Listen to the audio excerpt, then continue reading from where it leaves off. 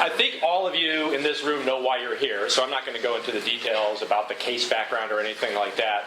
Let me just introduce my partner, whose name you've already heard, Doug Hallward-Driemeier. He obviously argued one of the most momentous cases that we'll ever see in our lifetimes before the Supreme Court successfully, of course. And also Professor Daniel Hemel, who I'm sure everyone here already knows as well, but I'll introduce him anyway. Apparently he teaches tax, ad law, and torts. And he was a law clerk to Justice Kagan. Justice Kagan is a person that I had in my first year of law school here at U of C. I believe I took First Amendment law with her. And I remember it well. She was very nervous on her first day, almost apologetic. And look at her now. She's really So anyway, thanks to Ryan, as we all must do. And I'll turn it over to your panelists. Thank you.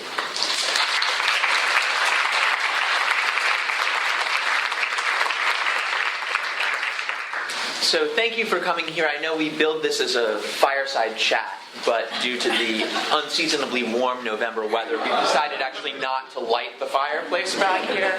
But we'll still make it a chat and open up for questions after I've had the chance to interrogate you for a little bit. But first, because this is a discussion about marriage equality, would you say how you got the last name Hallward-Driemeier? Well, I think it is actually apropos to the conversation. I was Douglas Driemeier prior to my marriage. My wife, Mary Hallward. And I actually gave a talk last week at my undergraduate college about sort of some of the ideas that led to my views about marriage and marriage equality that ultimately came to inform our arguments before the court.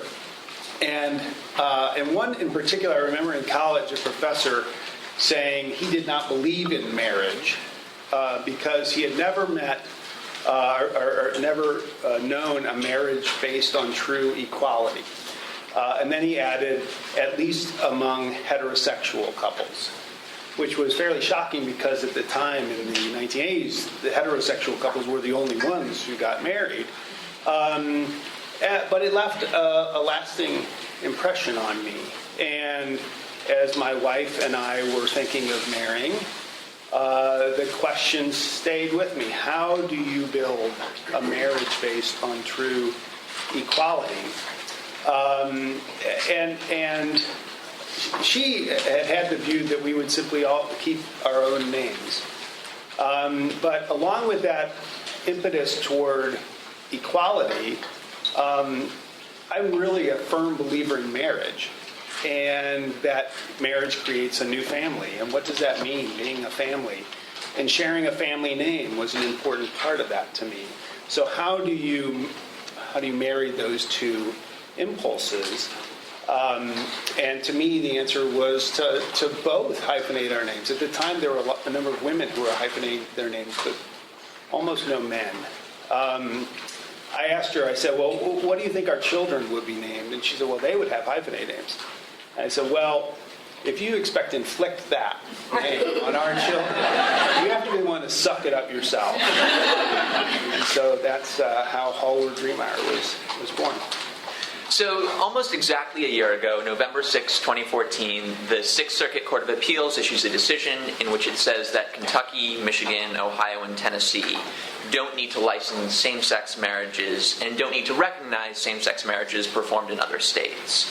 And at the beginning of the Sixth Circuit's opinion, there's a long list of lawyers who have filed briefs in the case, but your name's not on the list. Then 8 days later, there's a petition for a writ of certiorari asking the Supreme Court to review the Sixth Circuit's decision, and your name is listed as the counsel of record for the same-sex couples from Tennessee. What happened in those 8 days? How did you go from not being involved in the case to being the counsel of record for the petitioners?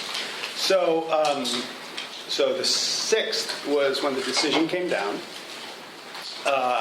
Friday the 7th, I was driving home from work, stopped at a red light. I checked my BlackBerry, and there was an email from a friend, actually a person I had known in college and then was a classmate at law school. saying, what are you doing for the next week? Said, we're counsel to the Tennessee plaintiffs in the Sixth Circuit case, and we've decided to seek cert, and we need to file by next Friday. That is the kind of email to which one responds immediately. So I pulled over and called him, and we were working on the brief that night, putting together the team, including a University of Chicago alum who was one of our younger associates who I knew already from prior conversations was interested in the issue. And they had looked at the calendar and saw that in order to get the case heard last term, and you kind of do the math working backward from the last conferences where the court might grant cert to hear it in April to when the opposition brief needs to be filed to when the petition needs to be filed, we basically had a week to do it. Now, for those who don't know, petitions for cert usually are done over 90 days, and you can seek up to 60 days additional time, which litigants often do. So to file a petition in a week was quite a tall order, but thankfully we were working very closely with the counsel at National Center for Lesbian Rights and the other Tennessee counsel who had been on the case. I think some of the laughter at the red light story was because it sounded so antiquated. You were using a BlackBerry? But you alluded to this. There were 3 attorneys from Ropes and Gray whose names are on the cert petition. You and 2 associates. One of the associates was 3 years out of law school. The other associate, Paul Kellogg, graduated from UChicago in 2010. So how did it come to pass that 2 very young lawyers were involved in writing one of the highest profile cert petitions in recent Supreme Court history, or maybe not even recent Supreme Court history, in Supreme Court history, period? So, well, one of, I guess there are a few parts to that. One is sort of the way we operate at Ropes and Gray, which is typically to staff things relatively leanly. This was an instance where, although there was a lot to do, there was so little time to do it. It actually would have been inefficient to have lots of levels of review. I mean, I was in there working with the associates on drafting and coming up with the outline. There just wasn't time for, different levels of associates reviewing and revising and getting to me. And in terms of sort of how we staffed it, we at Ropes and Gray really do work on a one-firm model. So I called the assignments coordinator to find out who was available. And I did mention Paul Kellogg, who you mentioned, by name because I knew that he was up to speed on the issues. That was because he'd gone to UChicago, so... It was part of it. He had, and this I think is a lesson for those of you who do go on to firm life. He is in our New York office. He had been visiting a friend in Washington, D.C., and had sort of, had a visitor office in the D.C. office. I'm the office managing partner of our D.C. office. And he, as a second-year associate, third-year associate, just wandered into my office and said, I want to introduce myself because I, know the work that you're doing. I would love to work with you if ever there's an opportunity. And he had a specific question that a friend of his from college was working on the Louisiana marriage equality case. And they had just lost in the district court. They were the first district court to lose marriage equality. And they were faced with a number of difficult procedural choices that ultimately were looking, toward the Supreme Court. And he wanted to know if I would be willing to speak with his friend about that, just sort of on background and sort of strategizing. And so because he was bold enough to come in and introduce himself and let me know that he was interested in these issues, and, when I had this great opportunity, he was the first person I reached out to. So you mentioned this first loss in Louisiana District Court, but as of November 2014, advocates for marriage equality were winning in most places. So they'd won in the 4th, the 7th, the 9th, and the 10th circuits. So there was a lot of risk in taking this issue to the Supreme Court. Your side is already prevailing in most of the lower courts, and you risk all that by seeking cert in the Sixth Circuit case. Did you ever think to yourself, gosh, maybe we don't want the Supreme Court to grant cert here? Better to lose Kentucky, Michigan, Ohio, and Tennessee instead of risking our wins everywhere else? Well, to be very honest, the decision to seek cert had been made before they engaged me. So that decision had been made. There were 4 different teams of counsel for each of the 4 states.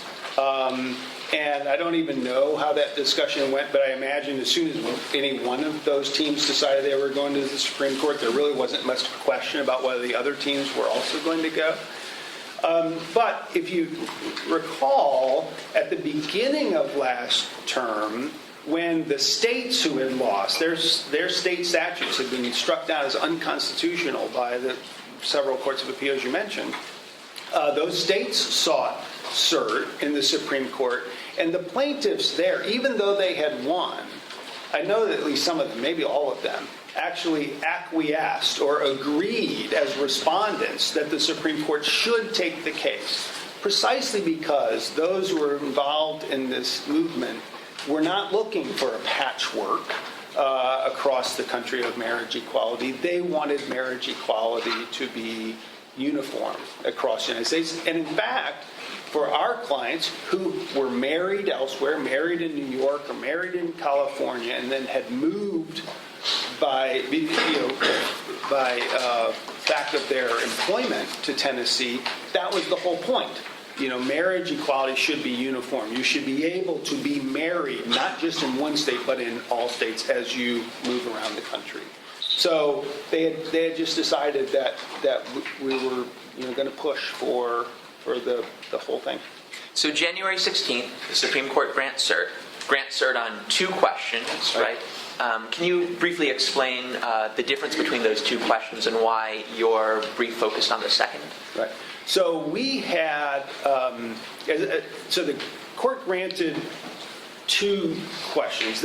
Each of the states filed their own petition. They set up the questions differently.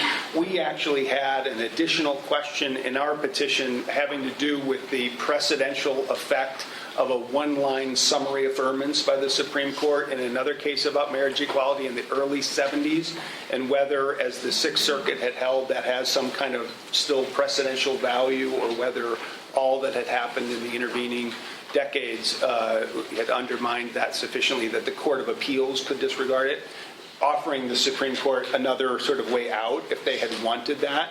They didn't want that. They instead looked at the 4 cases, looked at all the different variations and the questions, and said, look, there are 2 basic issues here.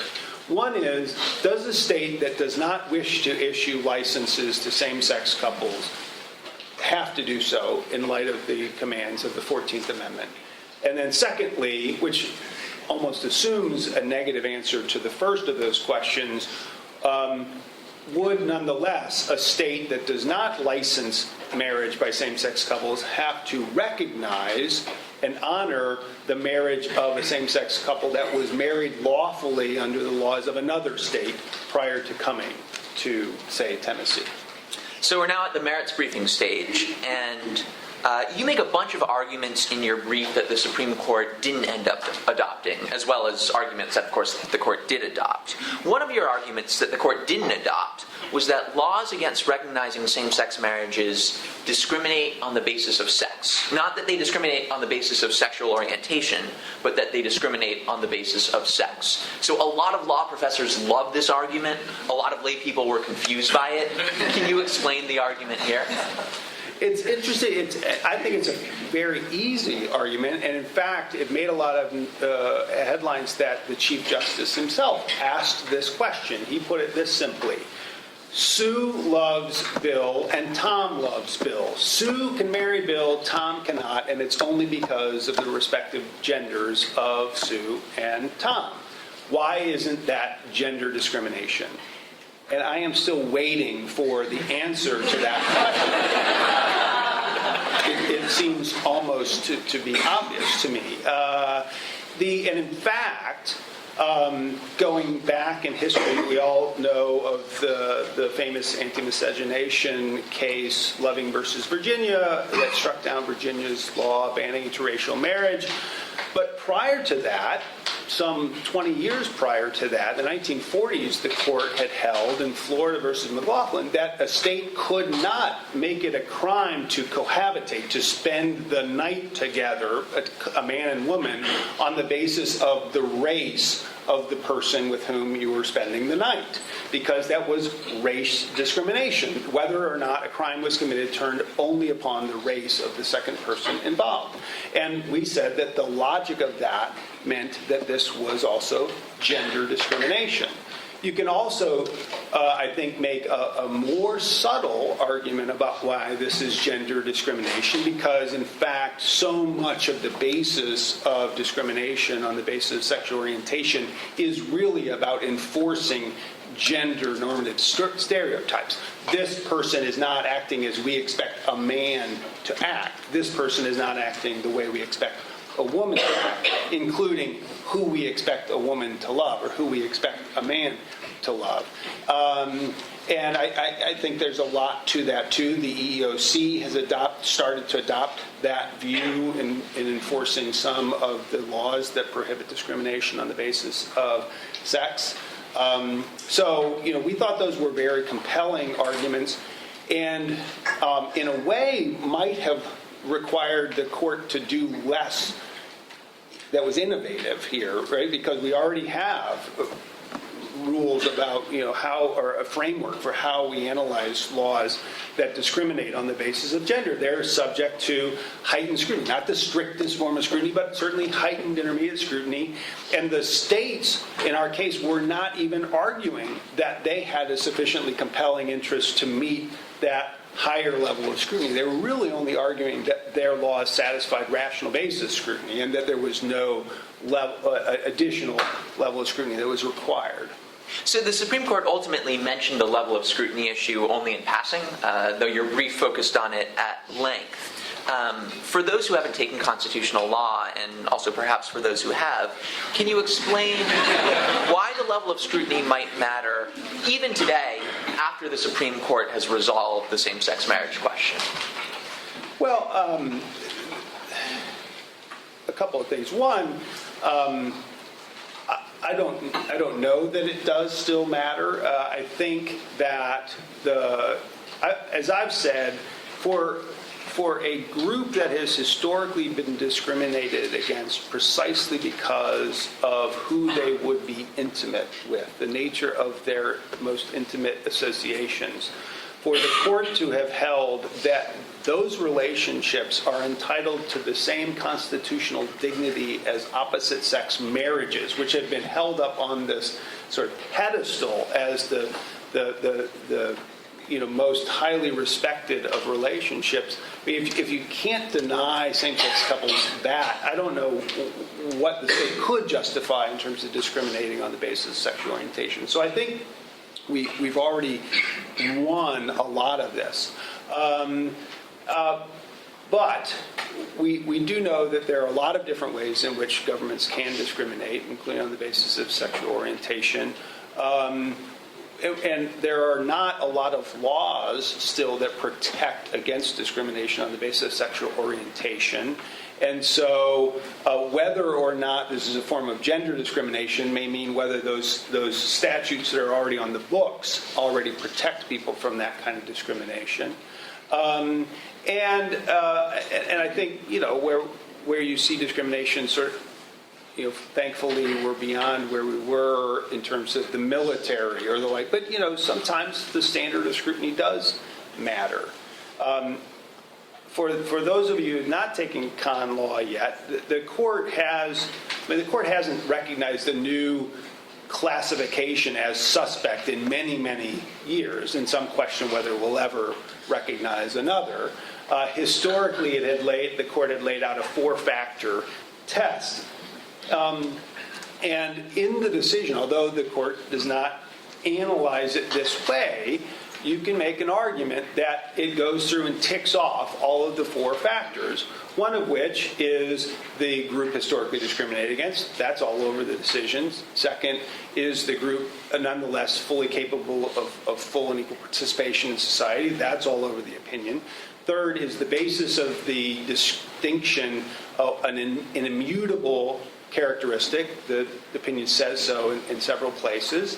And then fourth is one of political powerlessness, and the court addresses that in effect to say that that's not essential. So I do think that the pieces are there for lower courts, or maybe even another Supreme Court eventually, to find that this is a suspect classification. I always want to emphasize, to the extent that you talk about this, it is suspect classification, not suspect class. It's not the class of people who are suspect, it's the classification that is suspect. So we'll delve more deeply into the Supreme Court's opinion in a moment, but I don't want to skip over oral argument. So oral argument scheduled for April 28th. And a month beforehand, it still wasn't clear who would actually argue for the petitioners. So how did it end up with Mary Bonato arguing the first question and you arguing the second question? Well, initially, the four different teams, there were two questions, and the four cases kind of fell down 2 and 2. There were two of the four cases that only presented the non-recognition issue, that all of our plaintiffs were married outside of the states that they were suing, Tennessee and Ohio. Michigan was only a licensure case, and then Kentucky presented both but had focused its efforts on licensing. And so we initially proposed that there would be an oral advocate from each of the four cases, 2 on question 1, 2 on question 2. The court politely declined that request, told us to pick one for each. And at that point, I mean, fortunately, it was, I think, just luck. But, in these four cases, all of the national organizations that had been working on questions of LGBT equality for so long, the National Center for Lesbian Rights, who was involved in Tennessee with me, Lambda Legal was involved in Ohio, GLAD, Mary Bonato was working with the plaintiffs in Michigan, and the ACLU was working with Kentucky and also a little bit with Ohio. So you had all of these national organizations, all these people that were there. I suppose it could have gotten very ugly, but in fact it was very, very collaborative. And I think in the end, people thought that there was a benefit to having Mary Bonato, who is just legendary in this area, argued the Vermont case that led to first civil unions, the Massachusetts case, the first challenge to DOMA in the Court of Appeals, but had never argued a case in the Supreme Court. And then myself, who I'd had at that time 15 arguments in the Supreme Court already. And I'll add, I would have understood if those for whom this is a personal issue might have thought that they wanted two counsel advocates who were themselves members of the LGBT community to argue. I think that it speaks volumes about where that movement is today, that they did not feel that that was essential. So once you know that you'll be arguing the second question, the question about recognizing out-of-state marriages, how did you prepare? Well, we worked hard. And if I recall correctly, this was not the only Supreme Court argument you had in the month of April. That's true. April 1st, I argued a scintillating bankruptcy procedural question. Congratulations on the victory. Unanimous victory. And then I thankfully had 27 days to prepare for this. And in the meantime, we were writing our reply briefs. Whenever you're preparing for a Supreme Court argument, you do moot courts, you get other people who are knowledgeable about the Supreme Court, about the issue, to fire questions at you. You may only be up for 10 minutes if you're an amicus, or 30 minutes, but you'll be up before the moot panelists for an hour or more, and then you rehash, what answers you should have given. Normally you would maybe do 2. We did 4. We did 2 of those with Mary Bonato. So we were arguing both of the questions. And then we had many, many informal sessions with Mary and her team, or with our recognition team. And I do, thankfully, there were no questions that I had not had earlier in one of the moots, and so I was prepared for all those. I mean, one of the things you do, and it's unlike preparing for any other court, is you end up every possible question, and we had people doing 50 state surveys on cousin marriage and the age of marriage, and those questions came up during argument, right? And you have to be prepared for everything. But one of the real focuses of the preparation was making sure that the second issue did not become kind of an off-ramp, so to speak. You can imagine when the team at NCLR and our Tennessee counsel were putting together the Tennessee team and finding these incredible plaintiff couples with these very stirring stories, they were thinking about non-recognition as being sort of another incremental step that the court could have taken if they wanted. They had just held in the Windsor case that struck down the Federal Defense of Marriage Act that the federal government could not deny recognition to marriages that were valid under state law.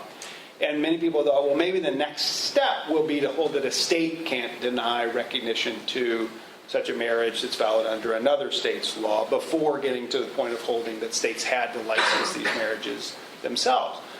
But once the court had granted both of these questions at the same time, then all of a sudden people were like, oh, wait a minute. Now maybe the second question is the Trojan horse. Maybe that's the one that some nefarious justice, not that there are nefarious justices, but would try to steer the court kind of to this lesser win for us. And how do we prevent that from happening? And so we were working, Mary and I, very, very closely together to make sure that we were on the same page on all these things, and that we were using the second question to the extent possible to reinforce the arguments we were making on question one. And I think that we were successful in that. I think that the fact that our plaintiffs in question two were already married, and the real focus of our arguments were that their marriages were and are as fundamental to them and their lives and how they build their lives as any opposite-sex couple's marriage is to them. And the idea that their marriage would be dissolved by a state with no good reason for doing so is so offensive to a person, myself included, for whom their marriage is truly fundamental to their self-identity. We wanted to convey that same point to the justices, and perhaps in particular to a particular justice. So let's talk about that particular justice. Most observers think that in order for your side to win, you're going to need Justice Kennedy's vote.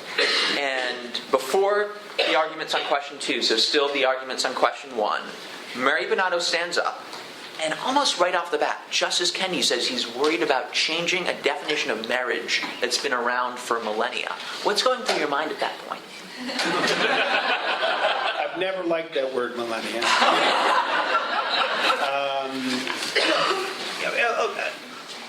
It's fair enough that a lot of attention has been and was at the moment being paid to that. But in another sense, there was nothing new about that, right? That's where Justice Kennedy wrote in Windsor, likewise, that until recently, no one would have thought that marriage might be anything but a union of a man and a woman. And so the question had only come to us relatively recently. So I think he was in a sense just sort of restating what he had already said. And I think we had a very good answer to that, which is that marriage as an institution has not been static for millennia. When the Equal Protection Clause was adopted, many states still adhered to the law of coverture, that women ceased to be legally independent entities when they married and became one with their husband, and the husband became the legal representative and public face of the marriage. And nonetheless, in the 70s and 80s, the Supreme Court, as a matter of constitutional law, held that states, despite their historic control over the institution of marriage, could not define marriage in a way that made the legal rights and responsibilities of the spouses unequal on the basis of gender.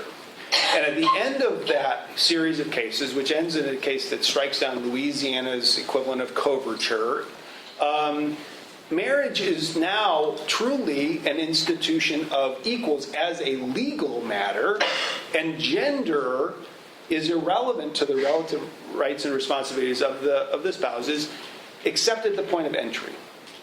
Right? That's the only place at which gender figures in.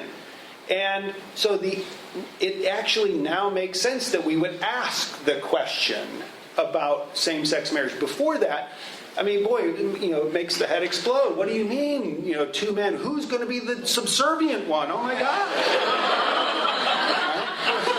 So now it makes sense because, as a legal matter, marriage is an institution of equals. So Justice Kennedy asks his millennium question, Mary Bonato gives her answer, and then a little more than an hour later, you stand up to argue on question 2. I guess I should ask, how nervous are you at this point? Are you more nervous than your first Supreme Court argument? Nervous in a different way. I love to tell the story. My first Supreme Court argument, they're very kind. They put a glass of water there in case your throat gets parched, and mine usually does because I am nervous. I reached down to get it during my first argument, and my hand was going like this. Okay, I am going to spill that water over everything. I just sort of put my hand back on the podium, held on for dear life until I am to the point now that I can take a sip of water. But as I sat there, listening to Mary's, I will say that there came a moment when I felt how physically tense my body was. I really felt it physically, and I was like, "Oh goodness, this is not good." And I thought for a moment, it's like, there's so many people that are counting on this, and the pressure, and I really did mentally say, "Okay, no." It's not the burden of these hundreds of thousands of people. It's their hopes. Their hopes are lifting me up. And I sort of thought about that. I relaxed. And I will say that at the end of that argument, I have never been so physically and emotionally drained than at the end of that argument. I mean, it's sort of like the marathon runner who collapses at the end. I mean, that's how I felt at the end of that argument. So I want to talk about the end of the argument for a moment, the rebuttal period. So you've reserved 5 minutes for rebuttal. And then something remarkable happens. You stand up, and the justices just let you talk. No one interrupted. Because had that ever happened to you before? No. And how did you... Interesting, I think part of it may be that it was 2.5 hours of argument instead of 2 hours of argument. They may have been getting a little bit tired. Of course, they had heard 2 hours of argument on basically the same thing. Or maybe it was just to give me an opportunity to make my last argument. But I was grateful for it. It had been very important to me, and just for happenstance, I'd gone to Kentucky and to Tennessee for moot courts, and we were going to meet the plaintiffs, and then for one reason or another they couldn't come, and so I had not met our plaintiffs. But to me, it was very important that I meet them personally before the argument. So the day before argument, they had come into town, and they all came over they were going to a party. I declined politely. But I had them come over and met them, and it was very stirring, and they're really just wonderful people. So I could mentally picture them when I was talking about them and their stories. And I had worked at the Supreme Court. You do not just tug heartstrings. That is a recipe for disaster. That will backfire. But what I did was I tried to link their stories to particular legal arguments that we had. And as I was listening to the state's argument, it occurred to me that they were making all of the legal arguments that I wanted to respond to with one or another of these stories. And as it happened, it just lined up that way, that I could use each of them in a very powerful way, I thought, to make these points. And at the end, I simply ended with this plea, that the state's argument was, in effect, that these marriages, and here we go back to the fact that our plaintiffs were already married, their marriages were not marriages in the constitutional sense. The states were not disputing that the Supreme Court had recognized marriage as a fundamental right and institution different from others that was entitled to constitutional protection. Their argument was that these marriages were not marriages in the constitutional sense deserving of that protection. And I asked the court not to enshrine in the Constitution the second-class status of these marriages. And I will say that our plaintiffs were very, very appreciative that their stories were told and heard, and they felt we had given it the best shot that we could. So we'll fast forward to June 26th. The opinions are handed down. I guess, where were you at the time? Sitting in the front row. So finally, you get to read Justice Kennedy's opinion. And some of the commentary on that opinion has been quite harsh, even from folks who agree with his ultimate bottom line. So Professor Andrew Koppelman at Northwestern wrote, "All of Kennedy's worst traits, the ponderous self-importance, the leaps of logic, the worship of state power, were on display. For a decision this important, the court should have been able to do better." Do you agree? Could the court have done better? So shortly after the decision came down, I was in Philadelphia on a panel, and I was the first speaker. And so my son is in high school doing debate. Some of you may have done high school debate. And so I said, now I'm going to start this like a high school debate. The resolution resolved. Justice Kennedy's opinion is perfect. Now, for those of you who've done high school debate, you know that the trick is to be the first speaker, because if you're the first speaker, you get to define terms. And if you define terms well, you win, right? And so then I defined my terms. By perfect, I don't mean that the constitutional law scholars couldn't write a tighter doctrinal opinion, although I cautioned that most of them would take at least 3 times as many pages to do so than Justice Kennedy had, or that the English majors might not have improved on the flowery prose, or that the pugilists might not have dealt a better knockout blow to the dissenters. I think that it's the perfect opinion for this movement at this time. For the reason I said before, if the court has now recognized that these relationships have the same constitutional dignity as the most fundamental relationships of opposite-sex couples, to me, that's game over on this issue. And so, to me, it was actually very important that it was a fundamental rights case about marriage. And with all of those pieces of the equal protection analysis that are sort of there in it, even if that's not the framework for the opinion. It's not just Justice Kennedy that's come in for criticism. I know that there were at least a couple of articles that came out after the oral argument about how the advocates had not argued about levels of review, and is this fundamental rights or is this equal protection? And it's like, to Justice Kennedy, that's not how he thinks about these things. And so, no, I wasn't going to waste my time talking about these doctrines and frameworks that weren't how he was going to analyze it. We saw from his earlier opinions that it was about the dignity of these relationships. And that's what we spoke to.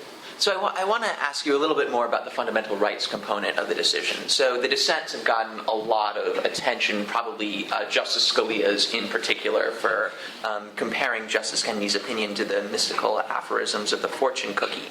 But Justice Thomas makes one of the most interesting arguments in his dissent. So he draws a distinction between positive entitlements and negative liberties. And he says the Due Process Clause only protects negative liberties.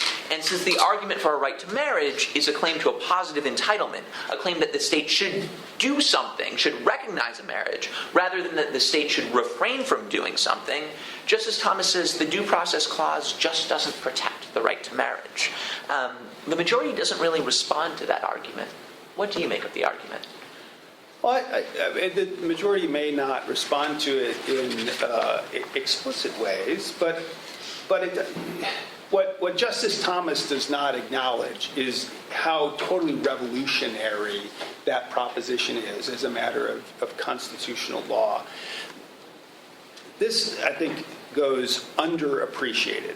The Supreme Court has, in case after case after case, acknowledged that marriage is a fundamental right that restricts the power of the state. The state could not, for example, in Turner, prohibit a prisoner from being married, even though prisoners have forfeited a large portion of their rights, even though a prisoner certainly could not physically consummate the marriage.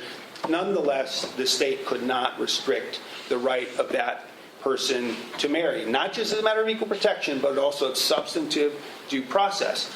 The Griswold goes back to the right of privacy around the marriage. Our point was that, and this is in a sense an equal protection point, but it's also fundamental rights.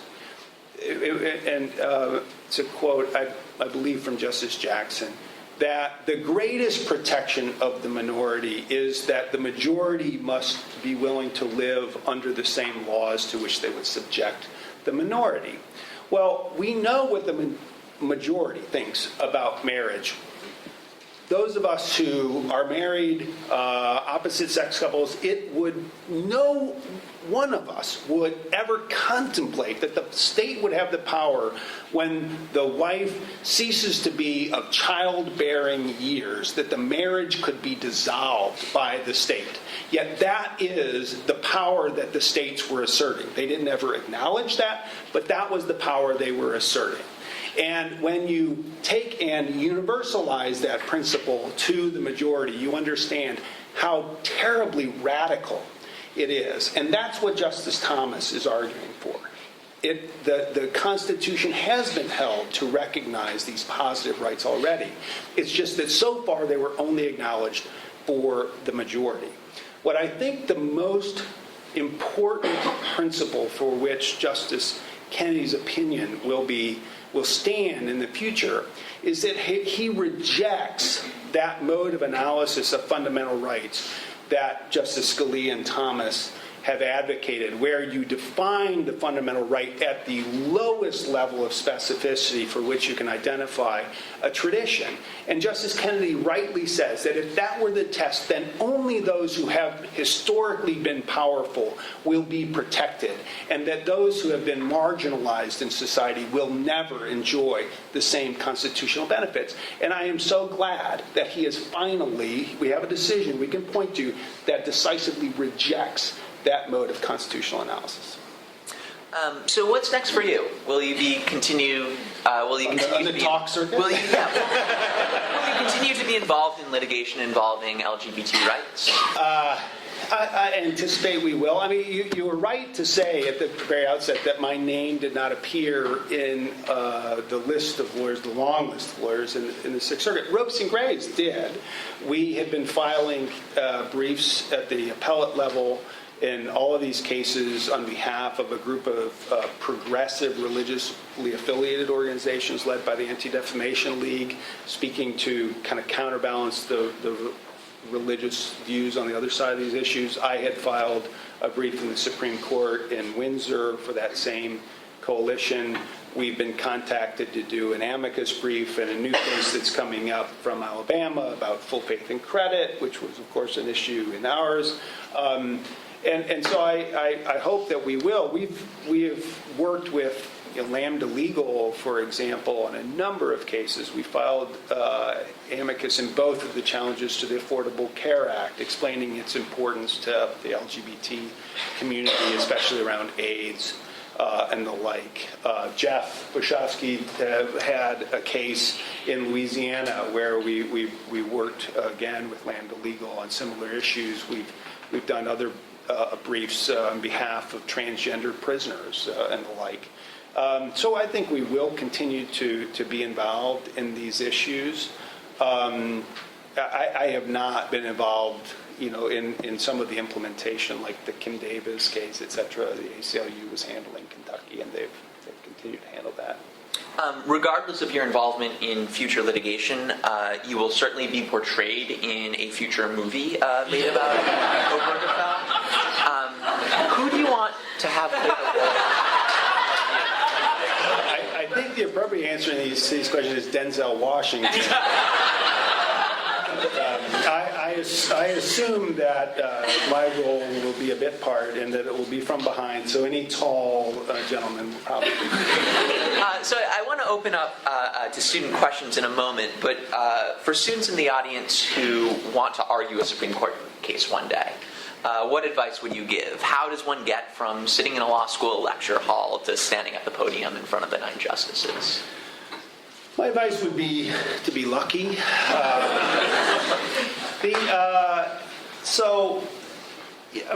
It was always, what am I doing? It was one of the things that drew me to law from the beginning, were civil rights cases, and having witnessed growing up in St. Louis the real transformative effect that it can have to have segregated schools, desegregated, and the like. So it was always, this really is the realization of a dream in that sense. I knew that I wanted to be involved in appellate litigation. I was always attracted to the sort of more academic side of the law, but I wanted to be a practicing lawyer.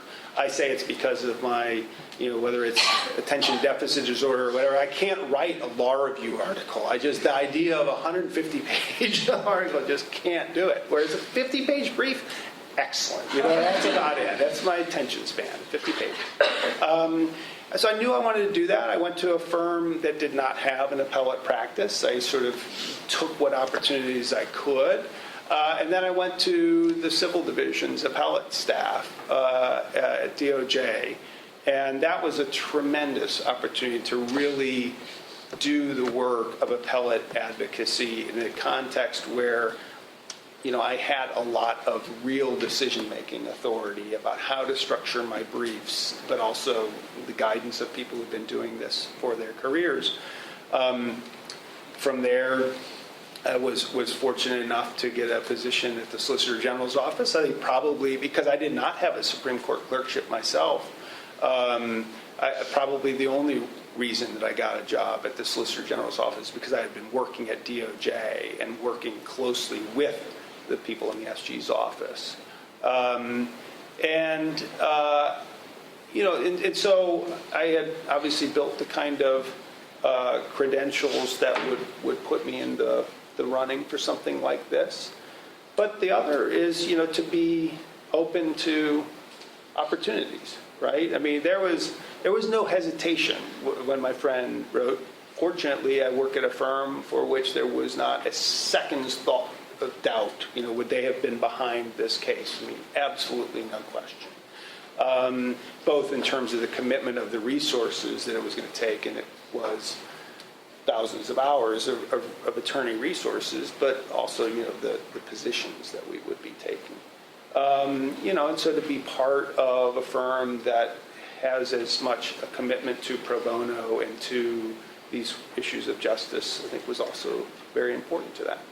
So you're used to having 9 people shout out questions at you. I figure we should probably, with a little bit more than 9 people here, use a hand-raising method. Does anyone have a question? Yeah, in the back. I worked for Lambda last summer with John Davidson, which I'm Oh, great. Yeah, and I know that kind of the feeling around Lambda is that now that marriage equality is here, they're not going to get as much funding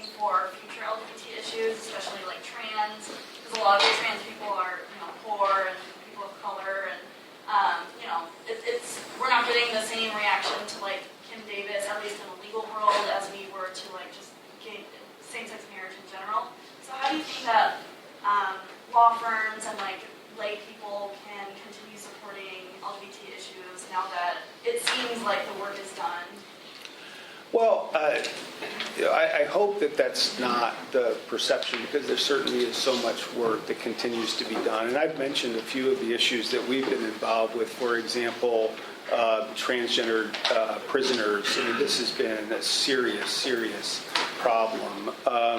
And the vote in Houston yesterday, I think, illustrates that the work is not over.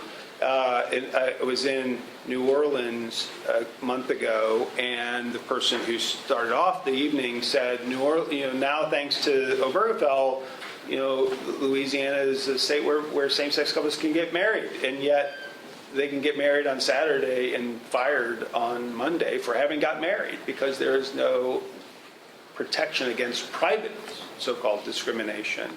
So we're going to continue to have to work in that area. So as important as I think this issue was, it's critical to remember that it only applies to governments, and that there's a lot of discrimination out there that still has to be addressed. Yeah. I've heard that Supreme Court justices essentially have their minds made up before oral arguments happen. I'm wondering if you think that's true, and if it is, then what purpose do oral arguments play in bringing the issues forward? I think that it's fair to say that the briefs are the most important opportunity for advocacy in the Supreme Court. First of all, you've got all those pages. You can build your arguments in a very logical, tight way. You cite all the authority that supports it. And the justices and their clerks will have spent considerable time with those briefs, as well as all the amicus briefs, before argument. And they will come to the bench with a fairly certain view of where the legal merits lie, right? I don't think that it's true that oral argument is a waste of time. I think that it is the opportunity to respond to the lingering questions.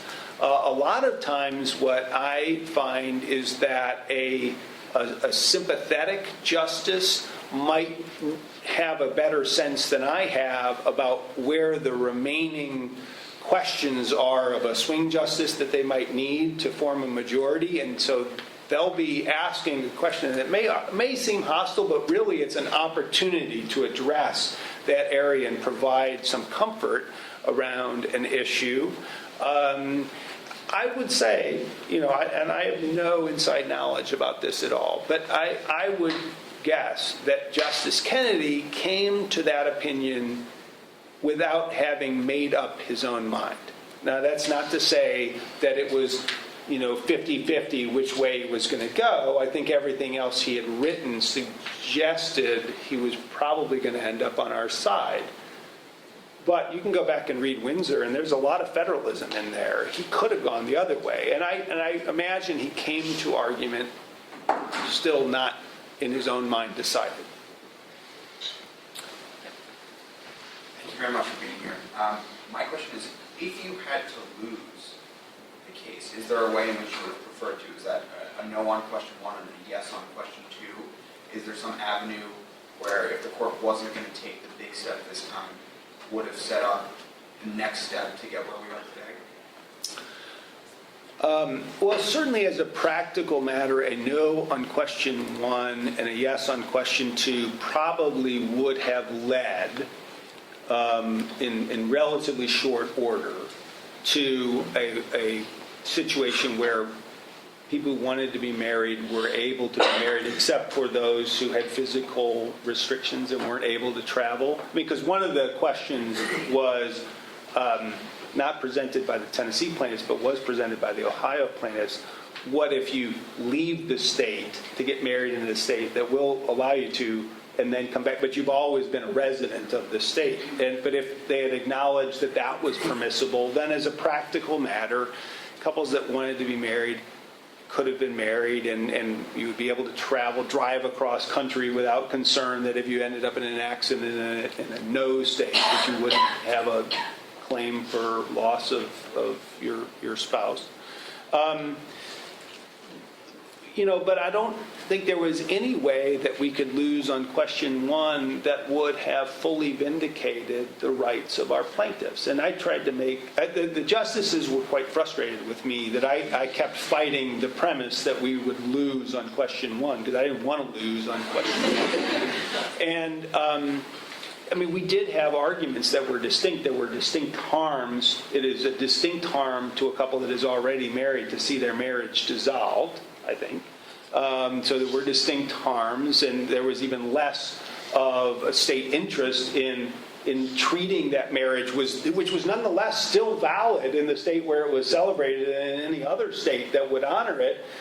Treating it as though it didn't exist would only encourage those people. You have to get into their minds. What, they really want these people now to act as though they're not married, so that maybe then they marry other people of other sex, so then they really are married to 2 different people at the same time? I don't think that polygamy is really where the states wanted this to end. But that was sort of the logic of it. I didn't think there was a way to lose on question 1, though, and win on question 2, that would truly honor their marriages. As I said, it would have set them up as second-class marriages at some level, entitled to this level of constitutional protection, but not full constitutional protection.